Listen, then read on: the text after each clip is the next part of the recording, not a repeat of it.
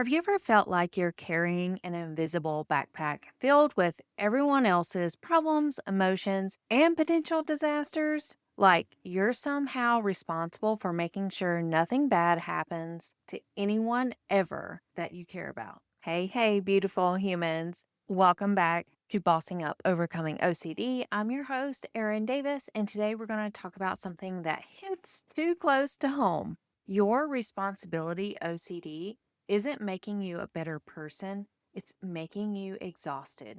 And if you're a high achieving woman, chances are you've been carrying this invisible weight for years. You've been carrying it so long, you don't even remember what it feels like to put it down. In the next 15 minutes, we're going to do a rundown of responsibility OCD, like why high achievers get trapped by it, how it shows up in your relationships, and most importantly, how to start setting down that invisible weight you've been carrying. Because here's what I've learned from my own struggle with this: you don't have to prevent every possible bad outcome to be a good person. Let's paint what responsibility OCD looks like for high achieving women. You wake up and immediately start that mental checklist. You're thinking, did I respond to that text from my friend who seemed upset? Have I asked my mom how she is doing? What if my team at work struggles with that project because I didn't give them enough guidance? Did I lock that door? What if someone breaks into my house and it's my fault? And therefore, you feel responsible for everyone's happiness but your own. Does this sound familiar? You're the one everyone comes to with their problems because you know what to do. You're the reliable one, the responsible one, the one who thinks of everything. But here's what nobody sees: that heavy burden you carry with you every single day. The weight of feeling like everyone's safety, happiness, and well being somehow depends on you getting everything right. The weight of believing that if you don't worry enough, think enough, plan enough, something terrible will happen and it will be your fault. This isn't just being a caring person, this is responsibility OCD. And it's stealing your peace, your energy, and your ability to just exist without constantly managing everyone else's life. If you're wondering how high achievers get trapped in this cycle, well, first of all, we've been rewarded for this type of behavior our entire lives. Think about it. You were probably the good girl growing up, the one who reminded everyone about homework, who made sure your siblings were okay, who worried about your parents' feelings. And what happened? You got praised for it. You were told that you're so responsible. You're so mature. What would we do without you?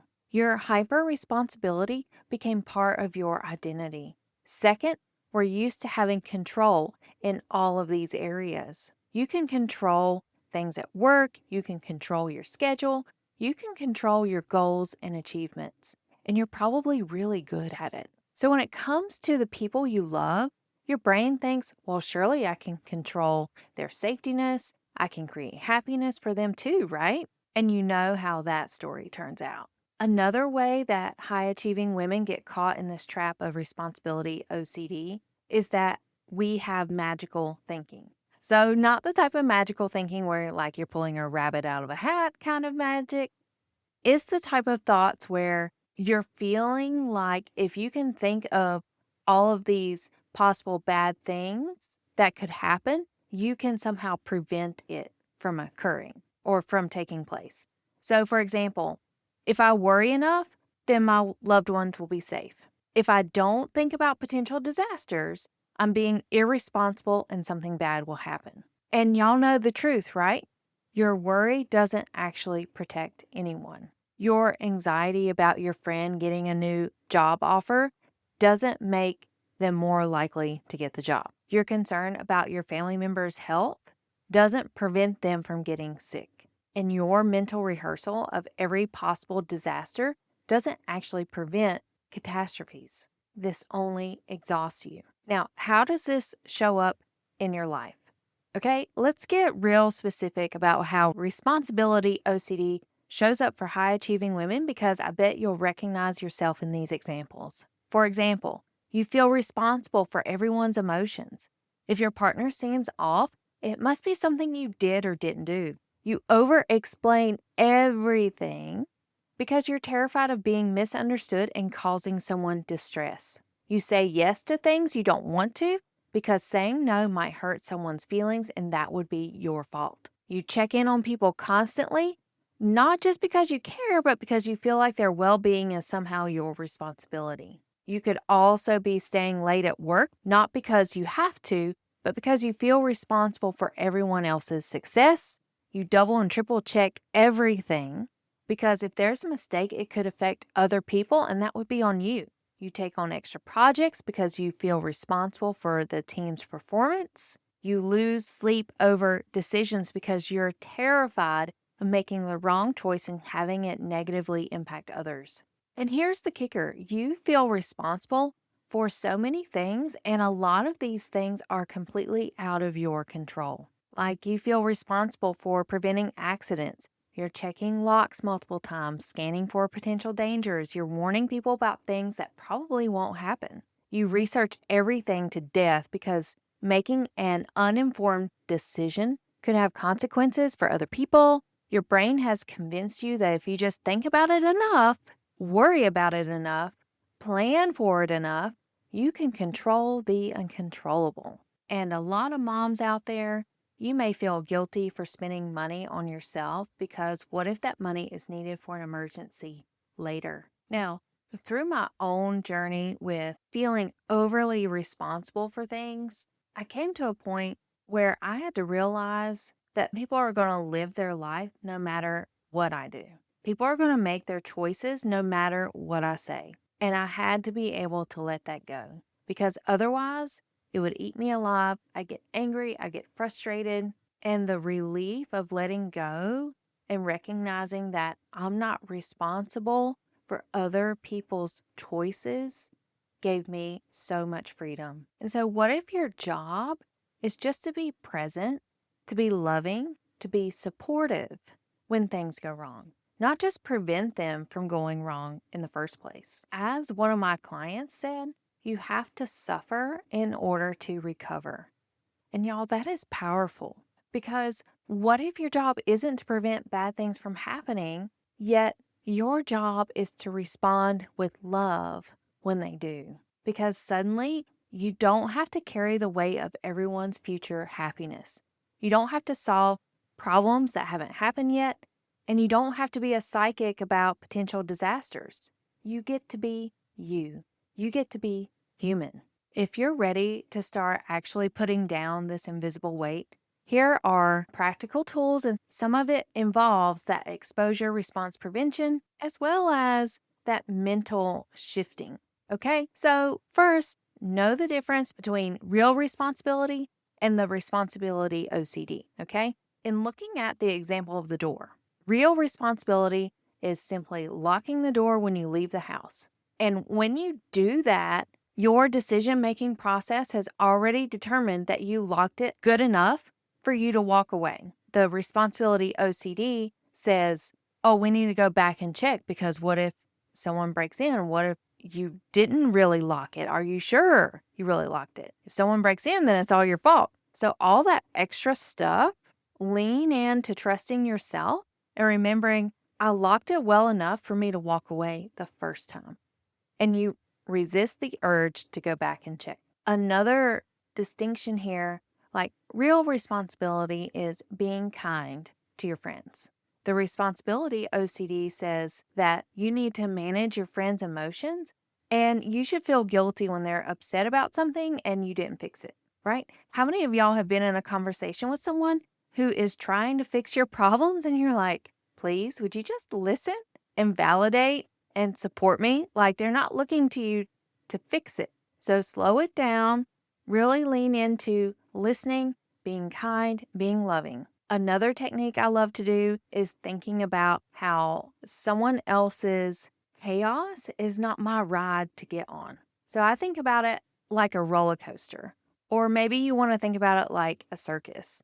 So when you catch yourself taking on responsibility for something that's outside of your control, remind yourself that's not my circus. It's not my ride. Because when someone is feeling upset about something, yes, I will give them a listening ear, validation, support. But if there's a lot happening outside of my control, I think about them getting on a roller coaster and I can't control the ride that they're on. And I imagine it in this visual of like Carowinds, like they're stepping on to the ride and I'm at the gate and I'm waiting for them when they return. Another technique is to give yourself compassion, like thinking about how you want your friends to respond and using that advice for yourself. So you'd probably tell your friend that she can't prevent every bad thing from happening. And therefore, you're giving yourself that question, what would I tell a friend? Another strategy for you is you can remind yourself out loud, it's not my responsibility. You can say to yourself, I'm not responsible for my coworker's mood today. I'm not responsible for preventing every possible accident. I'm not responsible for my friend's relationship problems. The more you say it, the more your brain starts to believe it. Lastly, you need to set boundaries for your own self-care because you can care about people without being responsible for their entire lives. You can offer support without taking on their problems as your own, and you can love someone without feeling guilty every time they struggle. Caring and controlling are not the same thing. So, if you've been carrying the weight of the responsibility OCD for as long as you can remember, it's time to put it down. And when you do, you will feel more freedom. You're going to feel lighter. It's like there's this shift where everything goes where it needs to. Not all the balls are in your court. Okay, you start to pass everything back out. And at the end of the day, you realize that you're still a good person. And you may be struggling with that fear of what if I stop being hyper responsible and people somehow think I'm being selfish or uncaring? But actually, the opposite is likely to happen. Because when you stop exhausting yourself with worry, you have more energy, space, and room to be more genuine, more loving, and more present to people and offer them more support to the people that you care about. And listen, y'all, you've been carrying this invisible weight for so long, you probably don't even remember what it feels like to walk through life without it. But you don't have to be the universe's risk management department. You don't have to prevent every possible bad outcome. And you don't even have to manage everyone's emotions. That's not your job, and it never was. Your job is to be human, to be loving, to be present, to respond with compassion when things go wrong, and not necessarily to prevent them from going wrong in the first place. If you're exhausted from carrying the invisible weight, I've got a free 5-day email course for you called the Overthinkers Guide to Love, specifically designed for high-achieving women who are ready to put down the weight and start living their actual lives instead of managing everyone else's. In the emails, you're going to learn how to distinguish between real responsibility and responsibility OCD. You're going to be able to set healthy boundaries and find peace in the uncertainty of life. If you're ready to start feeling like that human who is relaxed and not overthinking everything, catch the link in the show notes to get started with that free email course to the Overthinker's Guide to Love today. And come back next week where we're going to talk about those summer triggers for OCD. Until then, be kind to yourself, stay blessed by the best. See you next time.